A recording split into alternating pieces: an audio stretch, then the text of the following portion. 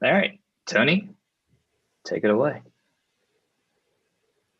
Well, perfect. Well, Brian, thanks again for having us here today.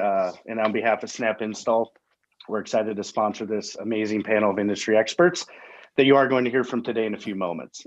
Our panelists are going to be covering the subject, customer engagement solutions in a post-COVID environment. I'm really excited to hear about what they have to say today. And we'll go through a few reminders as we start to roll through this webinar that we're going to be hearing today. With that being said, my name's Tony Green. I'm the VP of Business Development here at Snap Install. We are in our 10th year of business, and we're based out of the Minneapolis area, providing in-field installation services nationwide throughout the US and Canada. We provide services to a wide variety of customers, technology, and markets, including some of you listening today, and of course, our panel of experts. If any of you have questions, please be sure to let us know.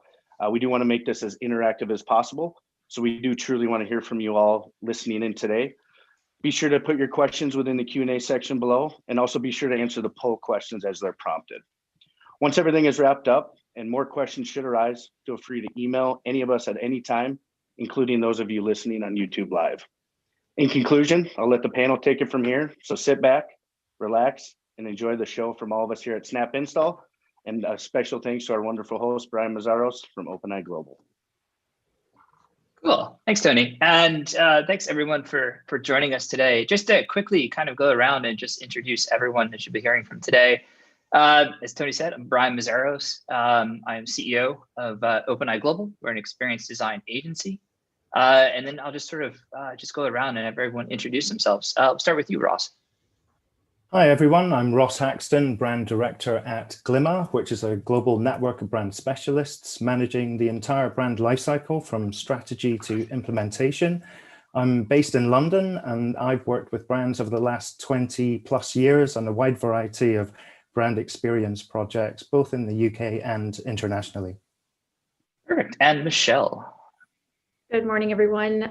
Michelle Montezeri with Legrand. Hopefully you're all familiar with Legrand. We're a global specialist in electrical and infrastructure solutions. I'm specifically on the AV side, and hopefully you know and love many of the brands under our AV division. And I'm a national solutions manager for our digital signage team. We focus on bringing all the brands together to create digital signage solutions and partnering closely with manufacturing partners in the signage space. And I'm based in San Diego. Yeah, colorful and very warm San Diego. Yes, sorry. It's okay. We don't hate you for that. And Alex. Hi, my name is Alex Van Pelt. I'm the platform manager for Wallboard. And so with that, Wallboard is a cloud-based CMS platform that works within a number of amplitudes and verticals that focuses in on really expanding out the roles of digital signage through the use of live data, sensor technology, as well as interactivity. Now, for my role, I work with the pre-sales and post-sales process at Wallboard and really just try to help expand out our customers' knowledge of the platform and also really work with our customers on trying to get exactly the experience that they're wanting to get in their digital signage deployment, as well as rollout for our partners. I've worked within digital signage for, since about 2015 and been doing it and really just been enjoying every aspect of it, whether it's from the technical standpoint or up into the deployments and being able to see what we've done and how that's interacted with at the customer level. Perfect. Thanks, Alex. All right, so throughout the course of this, we have 2 poll questions, which I see a lot of you guys are already responding to already.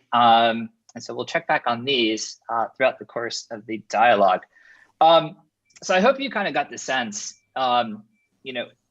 this panel that we have together is, I love it because it touches on all these different aspects of customer engagement, from brand to AV to platform and into experience. And so, as we go through these questions, I think you'll see a really good perspective. And what's nice too is that this is a nice international mix here too. I think we have all parts of the US covered. Tony bringing up obviously the central part, but we have Michelle out west and Alex down in Texas, and then obviously Ross over in the UK. So hopefully you'll get a nice sort of well-rounded perspective on where we see things at. So, really to start this conversation off, I think the first question is very poignant for where we are today, which is really, how have behaviors changed, and what should our expectations be as we start to go into a post-COVID environment? Ross, I'll kind of start with you on your thoughts. Coming from a brand engagement perspective, I mean, what are you seeing, and what are these expectations that consumers and customers and visitors should have as they go into these different kind of environments? Well, it's a good open question to start with, Brian. I think the last year, certainly for us in the UK, has been just one of endless lockdown, and that's given us all a huge amount of time to think about our own lives and our relationship with the brands that we connect with.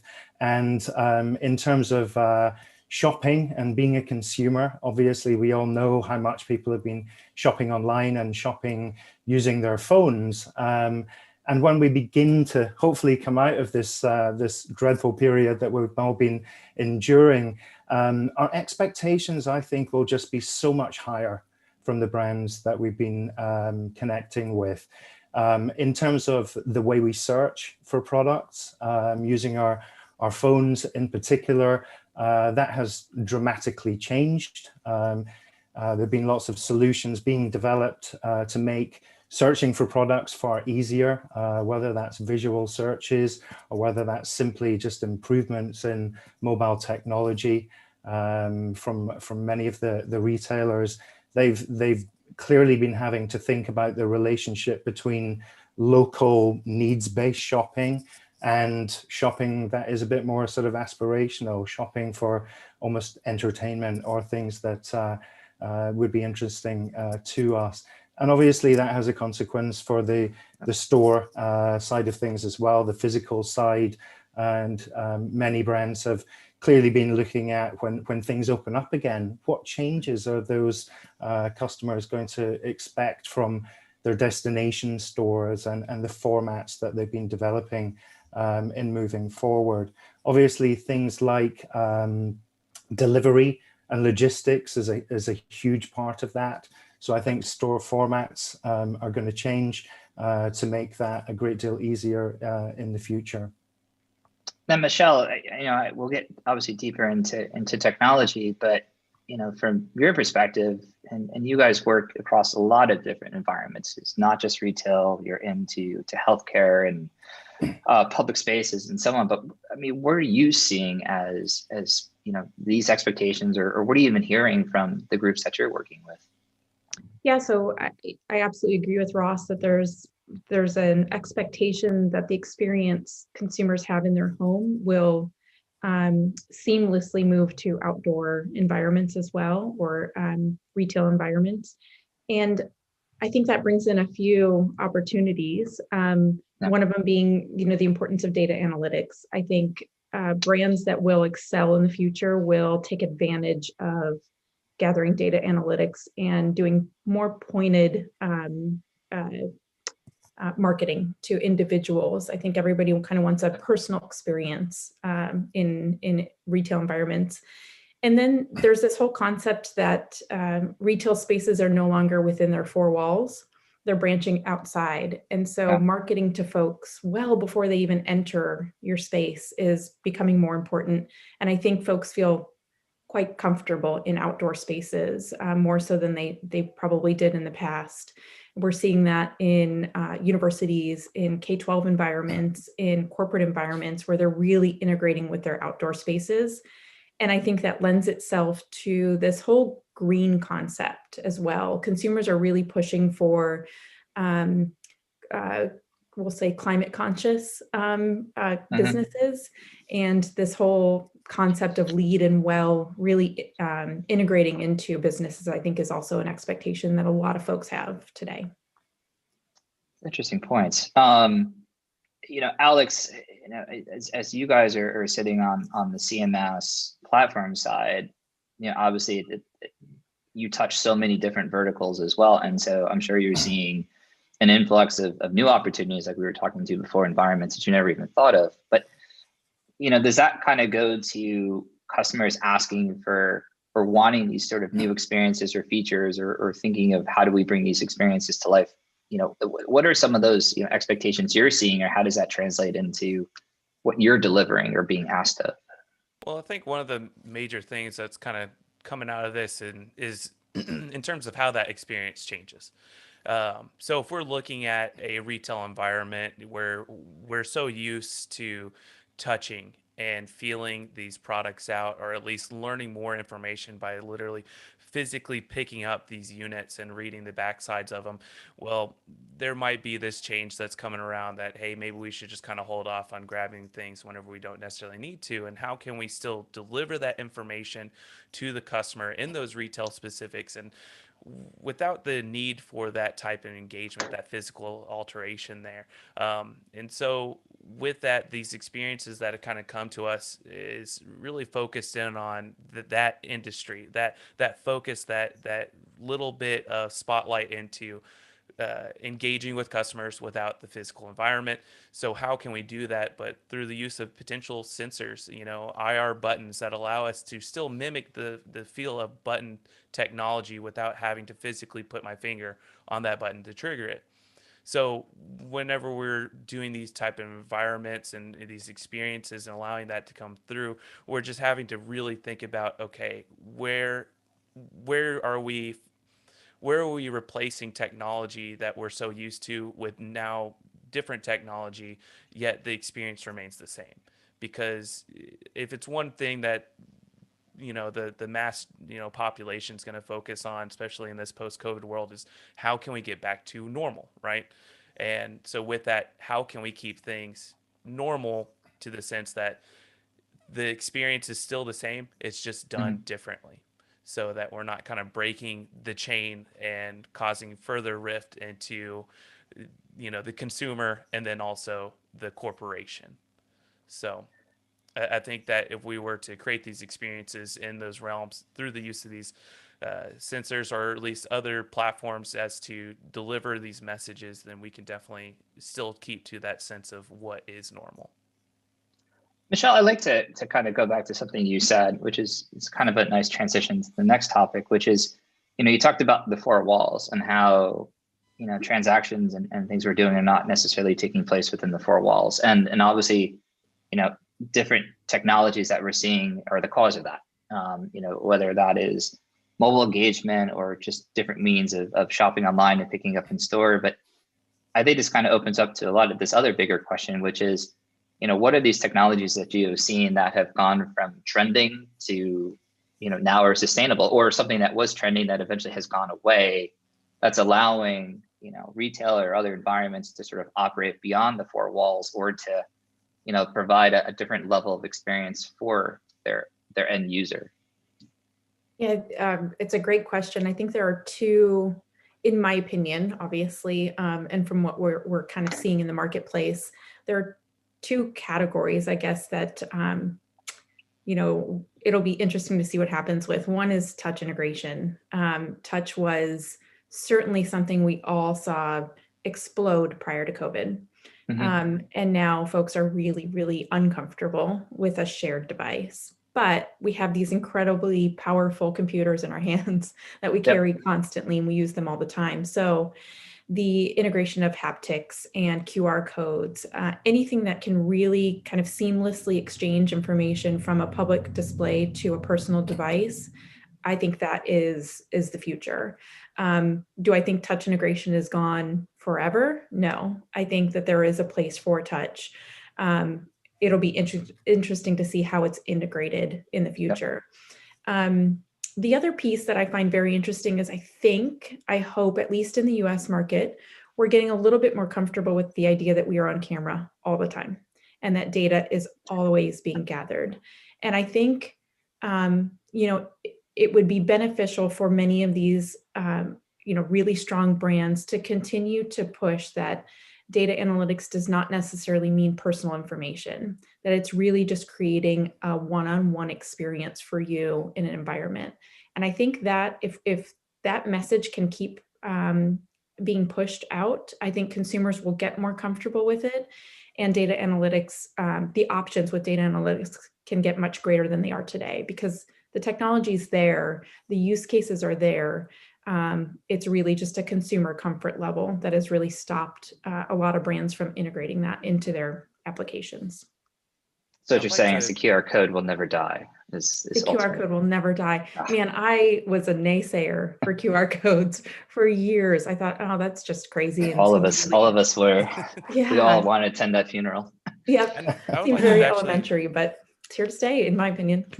And I would like to touch on Michelle's point regarding, our mobile devices and how we're kind of quickly, pivoted around how we're doing shopping at that point. Because, I mean, look at this massive drive to curbside pickup in these retail environments and how we're doing that, but with our mobile phone, going to the location on the checking in with the application that the retailer has provided to us, and at that point they come out and drop it off like it's no big deal.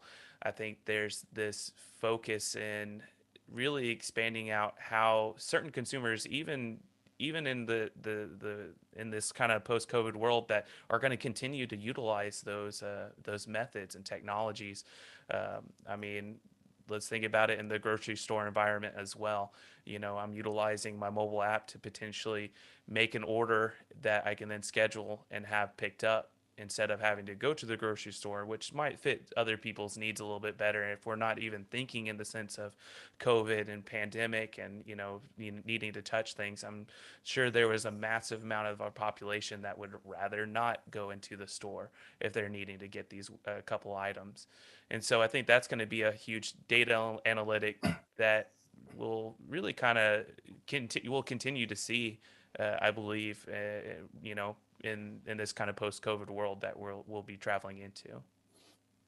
Ross, Yeah, I'd agree with everything that's been said there. And for me, the big kind of game changer over the last year is really how you use these. In the end, having worked with retailers for many years, they've often really struggled to understand how new technology can be integrated within the physical environment and how that relates to customers shopping online. And a lot of them, in the long conversations that I've had with them over the years, they've really kind of tried to understand, well, why is this new technology going to be relevant? Ultimately, how much is it going to cost? What's going to be the return from it?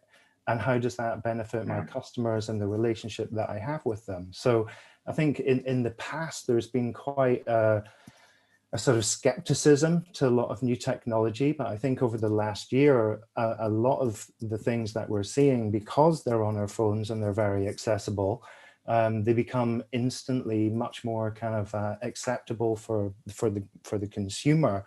And from a brand perspective, the investment that goes into them is probably a bit less, and there's certainly less risk. I mean, some of the try before you buy experiences that the likes of, IKEA, Crate and Barrel, etc., have been developing, where there really is a kind of direct relationship between products that are being displayed, being able to search for them and see them within the physical environment, and being able to display products in a way that is actually responding to data relative to online sales, etc., is quite interesting. So that's where you begin to get full integration between the on and offline environments. do you think, though, I think the one interesting thing to watch is that the rate of adoption has always been slow. It's been low, even, I mean, before COVID. Everything you're talking about, it's great. I love it to see it. You would see it appear in high profile environments. A flagship retailer would have it. And, I agree now all of a sudden, it seems like the mindset has changed to where these technologies, everything that you mentioned, curbside and AR and frictionless experiences need to get implemented quicker. Do you think these environments or these stakeholders are gonna, do you see that rate of adoption increasing? I guess basically is the question based upon what we just went through. I see it in certain markets. I think, there is a variance between large cities and rural America, at least in the US market. And, in rural environments, there's probably a lot more comfort with traditional shopping as it stood pre-COVID. And I think, it's important to take the consumer into account. You know, if it's a brand that is focused on an older generation, probably need to step back on some of that technology integration early on. But then, you know, we look at brands like Apple, and they've succeeded at really adopting some of the older generation by making it really simple and offering opportunities to learn and, you know, expand the capabilities on the device.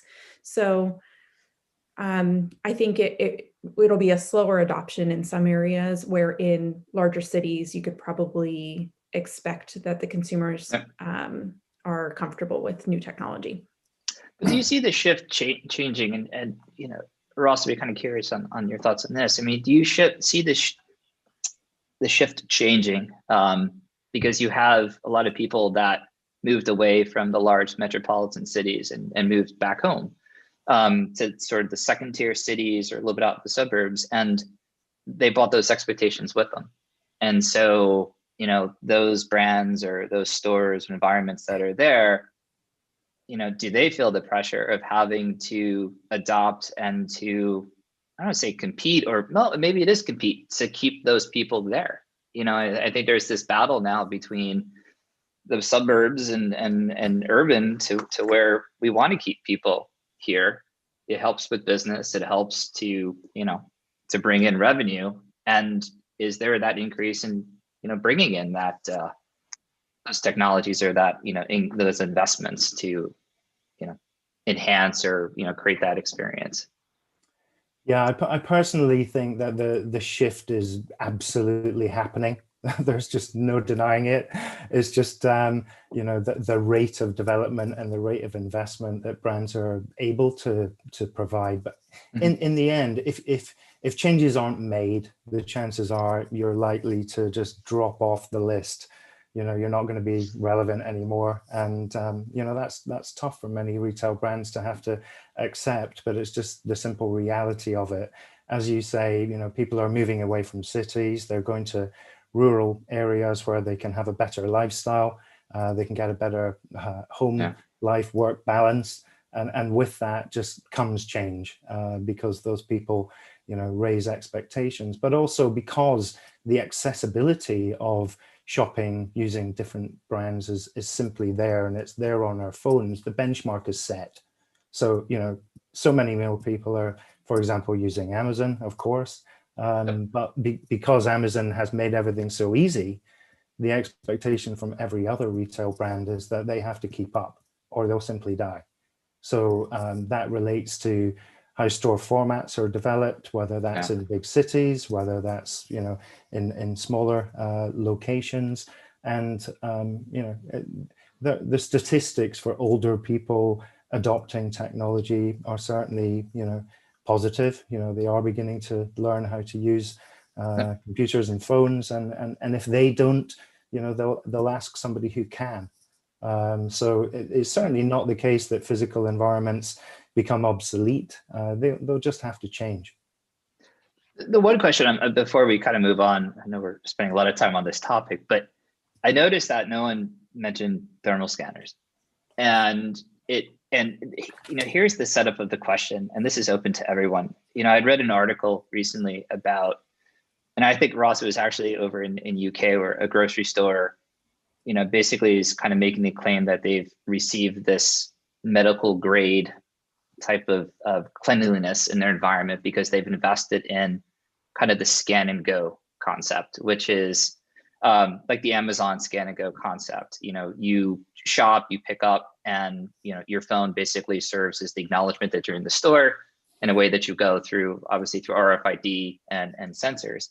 And so you have that kind of technology, which I think ensures a bit more safety in these environments because you're less interacting, you're not waiting in a check-in line, you're not necessarily touching a lot of things. And then you have the thermal scanner, which, you know, had that promise of we scan your temperature and you're okay to enter. Do you see this kind of difference to where maybe something that is sort of overpromised is you know, sort of weighing on a trend to where, you know, you have technologies that promise the safety, but then you actually have technologies like it's scan and go, which if you dive deeper into it has more of a, I think, a sustainable story to it.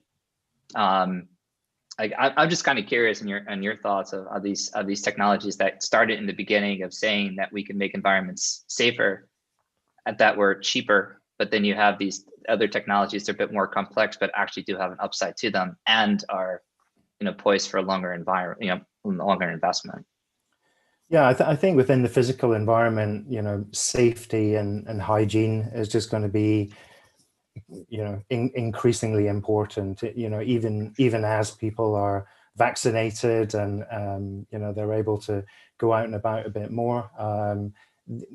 The memory will still be there of the way things have been. So it's important to make sure that environments are making sure that they're clean and all of those things. But in terms of the technology for scan and go or pick up and go, I really think those developments are going to just increase. Obviously, not with every retail brand, but I mean, even in the last few years, the likes of Decathlon, sports stores were having technology where you can dump your products into a bin. It would kind of calculate the cost of everything, and then you'd pay for it. So it's kind of a development of that, but it just becomes even more seamless. And I think going forward, if you can go into a store and not have to queue, not have to stand in line, that's just about convenience, isn't it? But also, if you don't have to be standing next to people who are, potentially, giving you a cold or giving you something else, that's good too. So, the two things kind of go hand in hand. If I can add to the whole thermal scanning thing, at Legrand, we did quite a bit of research on that, in that realm, and actually launched a series of products focused solely on kind of the safe return. And, I hate to think that it was premature. I think there's a place for it. I do think that temperature scanning is something that employees will expect of their employers to go back to a safe work environment. I think from a consumer's perspective, front of house, that's a little invasive, even though it's just a temperature. There still becomes, the whole HIPAA thing, and how do you share this information without sharing it out to the public and embarrassing somebody if they get plucked, for instance.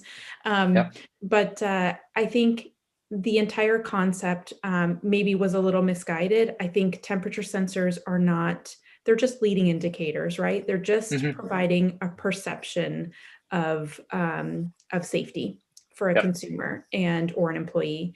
And I think that will be around. I don't think it'll be at the scale that maybe we as a market kind of assumed from what we saw in Asia.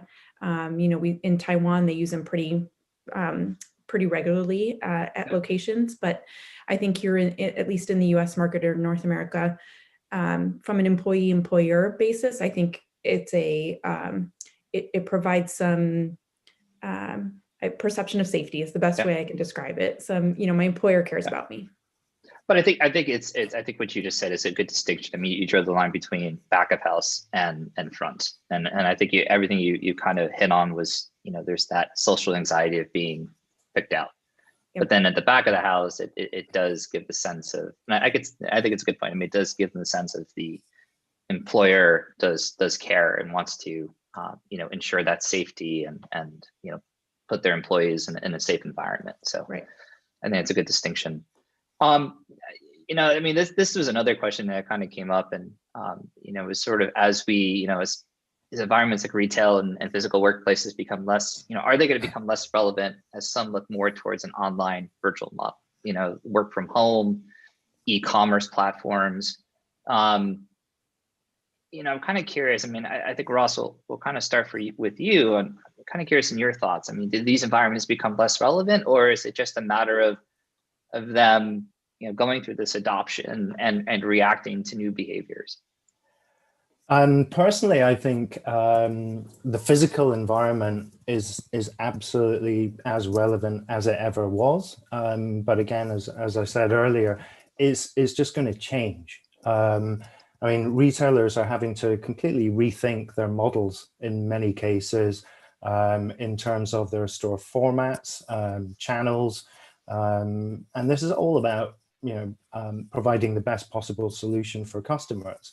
So this can be down to convenience shopping, so making sure that local stores are still there, but they're obviously likely to be smaller instead of the really big stores that people in the past were used to shopping in, because they can top up and they can complement their online shopping easier that way. They can also pick up products that they've ordered online. And then in terms of larger format stores, where it's much more about providing an experience, that's going to be worked on and developed to differentiate and provide something that's going to wow customers. They can have more interaction with staff. They can try and test products. They can be exposed to promotions of new things. So I think those formats will simply be developed. There may be scenarios where third-party retail offers are brought into those larger spaces because they have the opportunity to do that, and those brands can combine and offer new things for customers. So I think there's a lot of potential for physical environments. In terms of workplace, I'm reading so many articles at the moment about people going back to work and whether or not they will. Personally, I think many people are absolutely dying to go back to a physical environment where they can interact with people, they can share experiences, they can learn, and they can actually get away from working from home. But I think also, we've all got used to working from home. There are many benefits to that in terms of not having to commute as long, getting a better work-life balance, as I mentioned earlier. And also sometimes just focusing more. You can actually get quite a lot of work done when you're at your desk at home. There's maybe a bit less distraction compared to the workplace environment. And therefore, I think the way in which workplaces are designed and where they're located will change, just to allow more flexibility, maybe having work hubs near residential areas as opposed to going into the city centre. But certainly our politicians in the UK are speaking all the time about wanting to get people back into the office because the City of London is just going to die if they don't. Alex, we were.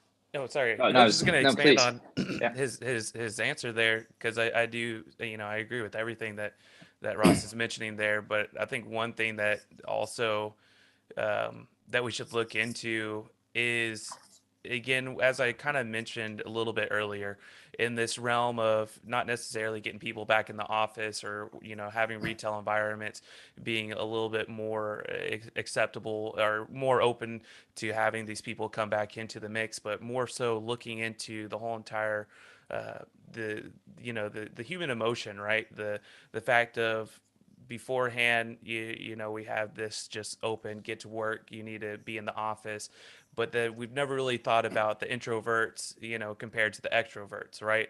In the the pre-pandemic world, it's office, it's, communicating in person. But I think one thing that this pandemic has, kind of shined a light on is how much work potential that you can get out of those introverts that like to be in their kind of home environments. And with that, the potential for them to really kind of strive, or be able to work a little bit more in tune with what they're more comfortable with, is going to be such a massive thing as well. And I think this kind of a post COVID world is going to have a little bit more focus on that realm as well.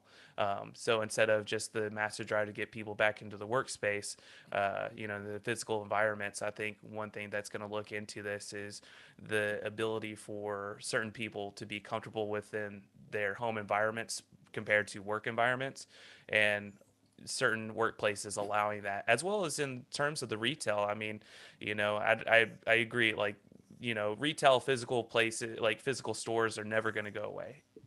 That's just impossible. But also, I think that because of this pandemic, we've opened up so many revenue channels for users or, customers that are a lot more in tune with shopping from home, that now that, more retail environments have opened up those doors, we're going to be seeing still a steady amount of people, feeling more comfortable shopping from their home environment and receiving that product, whether that's shipped or potentially, through curbside pickup. So one part I'm kind of curious, and with Michelle, I mean, when you look at workplace, from home, I think one part that's critical is obviously employee communication, and also the technology that employee has at home to continue to be productive. Do you see a shift in whether employers or employees are investing in or having conversations about, just to get the the home office or the little nook in the kitchen set up for that? I mean, what are you seeing, or what conversations have you been part of? Yeah, I think, from our perspective, our one of our brands, specifically Vadio, which is a video conferencing, PTZ cameras, et cetera, exploded. I think we saw camera sensors across the board explode as people tried to set up home offices, distance learning. I think about education. When I think about physical workplaces, I think about education, K-12 specifically, which is an enormous market for Legrand AV. And I think about some teachers out here that I know in California, and they're managing this back to school environment. And they've been told now, you will go back to the school and you'll have 50% of your class in person and 50% at home, which you'll be teaching over Zoom at the same time, or Google Classroom. And so now you're doing both at the same time. And I kind of see, that's a huge benefit for a lot of students that tend to thrive in a home environment versus a school environment. And I see, why doesn't that mirror itself in the workplace? We've got folks that thrive in an at-home environment and folks that prefer to be, in person. And I think that kind of blurred line where perhaps people who worked remote were seen as on the outskirts. I don't mean to say less than, but we're sometimes forgotten. I think that will become less and less as time goes on. And that will just become a blurred line where it doesn't matter where you work, you are part of the team.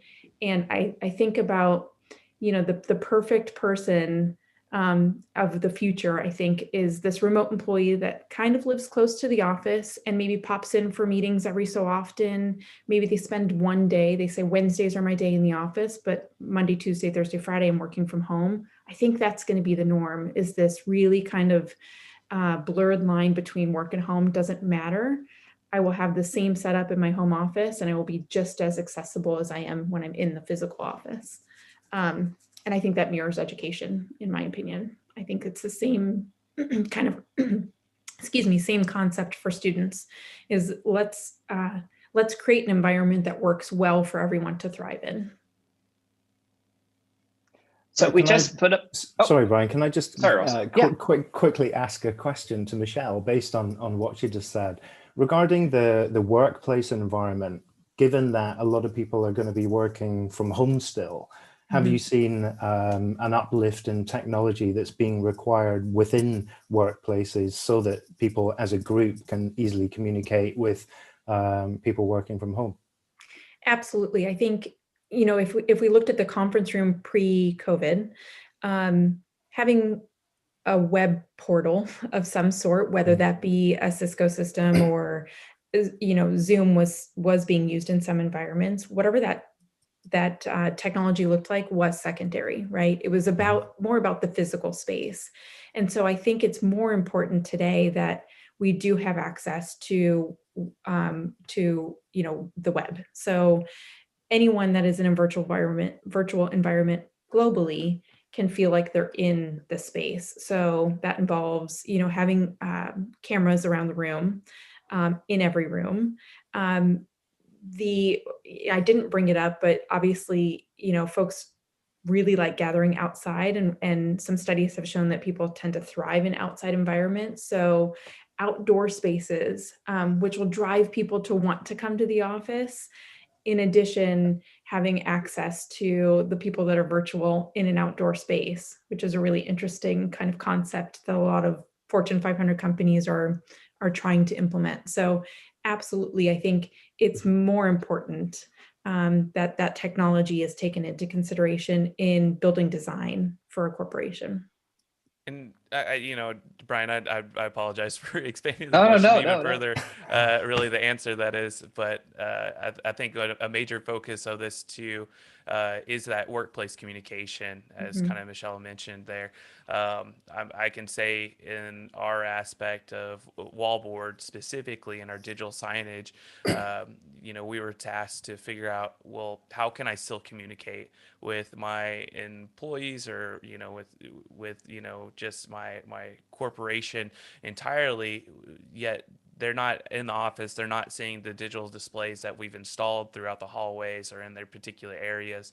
How can we go ahead and focus on that? And I think that was a major item for most digital signage platforms towards the beginning, is to figure out the solution as far as that corporate communication outside of the workplace, and how do we expand upon that, and how can that still lead into this this post-pandemic world on those communication tools. And so a lot of platforms have come out with web UIs, as well as broadcast applications for desktop environments that beforehand we've only seen so many actual software applications that do those type of things. Now that's just an additional arm on a lot of these CMS platforms, so that you can still communicate the way that you need to outside of that workplace. And I think that just is a way to potentially enable, the ability for what Michelle's kind of mentioned, as well as Ross, the fact that, we're going to see a lot of, workplace environments where I'm doing 3 days in the office, 2 days at home, yet I'm still being, introduced to the new information that I need to be introduced to from HR, from corporate, from heads of offices, etc. A lot of pressure on the IT teams to figure that out. Yeah, definitely. So we just put up our second poll question, which I see a lot of them people are responding to. So moving on, I think obviously, I think this is a huge topic. Data has become, I think, at the forefront of every experience, and I think every environment that going into, just it's there, and I think we're starting to have a better understanding of how to actually use it to create experiences. So, I mean, Alex, from your side, and I know you touched upon this a little bit in the beginning, but from the platform side, I mean, how are you guys thinking about using data and tying that back into your platform, and showing these opportunities that exist to use that to to build an experience, or to make something more relevant to for your customers? Yeah, I think those analytics that are going to be coming through are going to be kind of more focused on how we're designing that experience. And we've been getting that information since day one of this pandemic, through the use of our partners and our customers, and what they're what they're requesting from us on a technical standpoint of how can I do this, how can I do that. But if we're looking at that data analytics as as they come through, I think those are going to be huge items that corporations and retail environments are going to be able to drive past, or not drive past, but drive into, and really fully understand, okay, this has succeeded in this particular area, this hasn't succeeded. And I think it's going to be very environmentally based, and whenever I'm talking environmentally based, I'm talking about the difference between urban and rural, and those shopping experiences, because we could potentially put something in terms of an experience out in a more rural area that's not going to be as well received as it is in a urban area or a city environment. And so I think that's going to be a form of data that's going to be coming into play as well. Now, as far as this sensor type technologies, this isn't anything new. Yep. Digital signage has been working with physical sensors quite some time. And with that, I think what we're just going to potentially be able to see here is expanded growth on it. And really an expanded growth on how those sensors not interact in so much as a particularly data driven way, but more so in an environment way. Because with us moving outside of this realm of not everybody's comfortable touching a screen, we need to still make it to where it's an interactable experience while still grabbing the information that we're needing to grab, so that we can understand the consumer's wants or the employees' Yep. wants and how that needs to be driven. So these sensors, I think we're going to probably see an expansion of combination of sensors, really creating unique experiences, but also in that same regard, really diving into specifics of that data analytic portion of, okay, who's interacting with this, and where are they interacting with it physically in on a map, where they are interacting with it, and then at that point, what is that information that they're wanting to perceive? Is it regarding a product? Because if it's regarding a product, how can we deliver more messaging in those particular areas without the need for that particular experience to be had before somebody goes up and interacts with the sensor? Now, I want to kind of go from that point, because kind of switching to the other side. So Ross, you had made kind of a note, as we were talking in the past leading up to this, about reducing anxiety, and I think there's a behavioral impact that all these operators, whether it's retail or transportation and so on, have this opportunity to look at data to understand what's happening and be able to create a different experience or alter the experience to reduce those anxieties. Can you talk a little bit about the behavioral shift of using these technologies? So I don't think we talk about a lot about data, and it does seem invasive, but then there's the other side where there's a way to help reduce those anxieties. And yeah, absolutely. I mean, in terms of planning stores and zoning stores and looking at the customer journey, I think sensor technologies can really help better understand how customers are interacting with a store environment and interacting with each other. I mean, everything from looking at footfall, peaks and in when customers are visiting stores, and obviously there are extremes of this. With a supermarket, for example, if there are times of day where you're getting many more customers. I also think of sort of club stores like the big football clubs, for example, in the UK. During the week they're really quiet, but on game day in the future, when people are going back to them, they're incredibly busy for a sort of 2-hour period. So if you can begin to predict shopping patterns and when people are going to be in different locations, you can reduce some of that anxiety. And people can literally become anxious because they're having to wait in the queue for too long, and they get to the point where actually they've had enough of it and simply leave.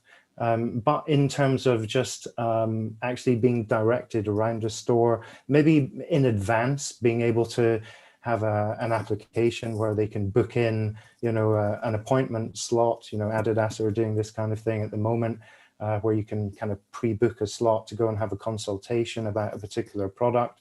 These kind of things can really help, because you also feel like you're getting a much more personalized experience. And I think personalization generally in terms of brand communication and your relationship with a brand is increasingly important.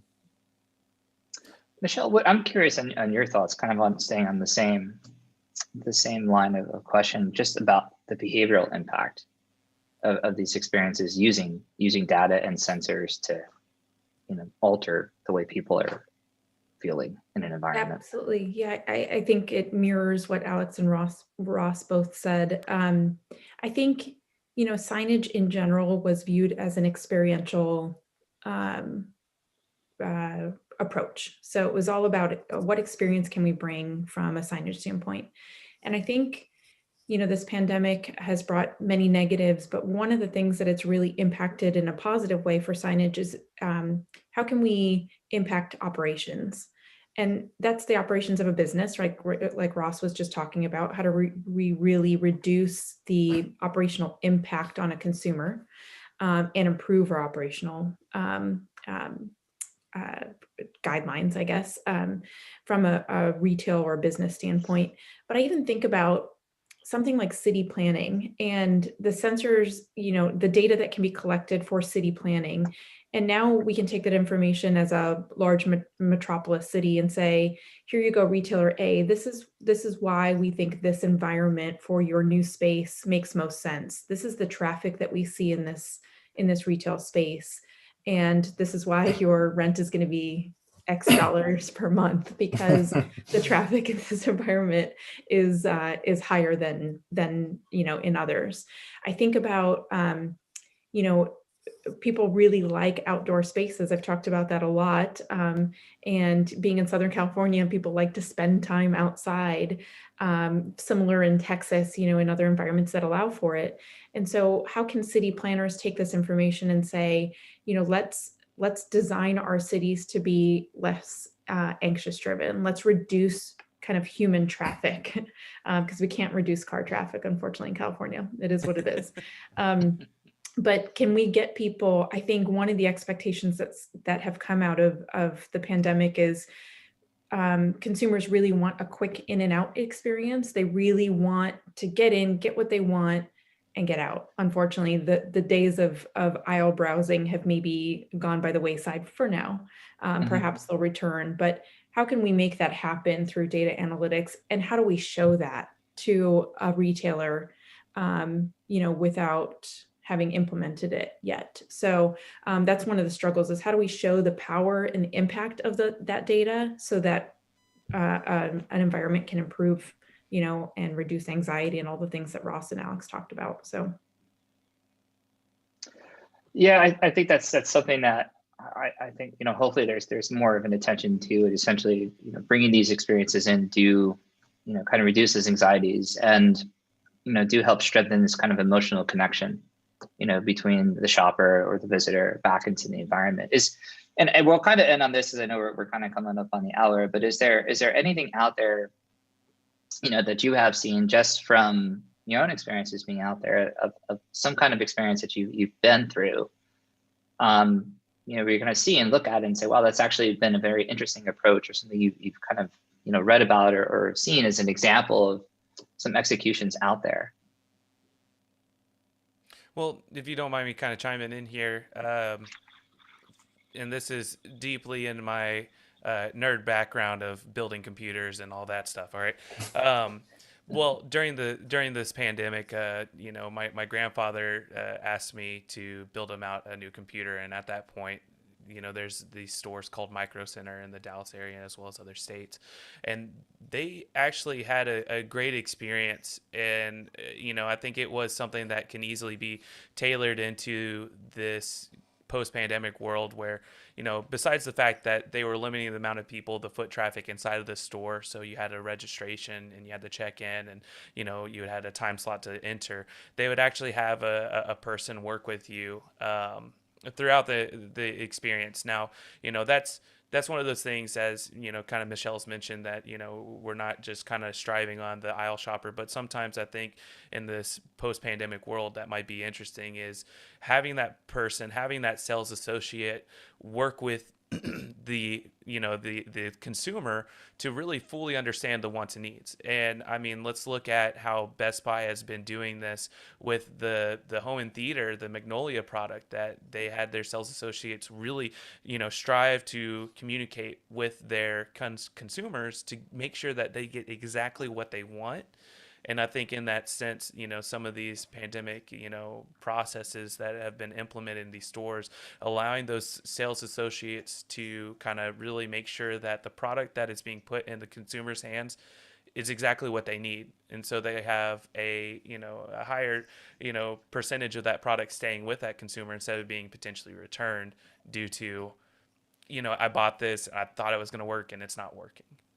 So I think that's one of those experiences that really kind of affected me, and that I was like, hey, that's fantastic. I think that's exactly what I need. I think just to expand on that, the whole topic of customer experience and service is really important. There have been some quite good examples of in-store staff who've been giving one-to-one sessions with people on their phones, demonstrating products, talking them through the product benefits, and actually having a really good connection with customers even when they couldn't go to the store. So I think that kind of thing really helps, and it's a very good use from a retailer's perspective when stores are maybe not so busy, that they still have that one-to-one connection with customers when they're in their home. So I think things like that can really help. Michelle, final word to you. I'm going to throw out 2 off-the-wall ideas that I think a lot of folks have been impacted by, and experiences have been positive from what I'm hearing. One is telehealth. I think telehealth is an enormous growth category for everybody based on today's environment.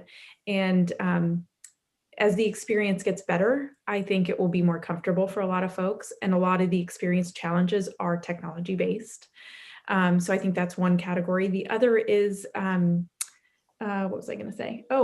Vaccination sites. I think vaccination sites are one where I have seen most people comment, man, that was really organized. And when I go to the vaccine sites and I see the signage that they're using and setting expectations for folks, wait times, scheduling, scheduling piece maybe needs a little bit of work here in the US, but or perhaps across the board. But once you do have it scheduled, I think it's a really seamless process.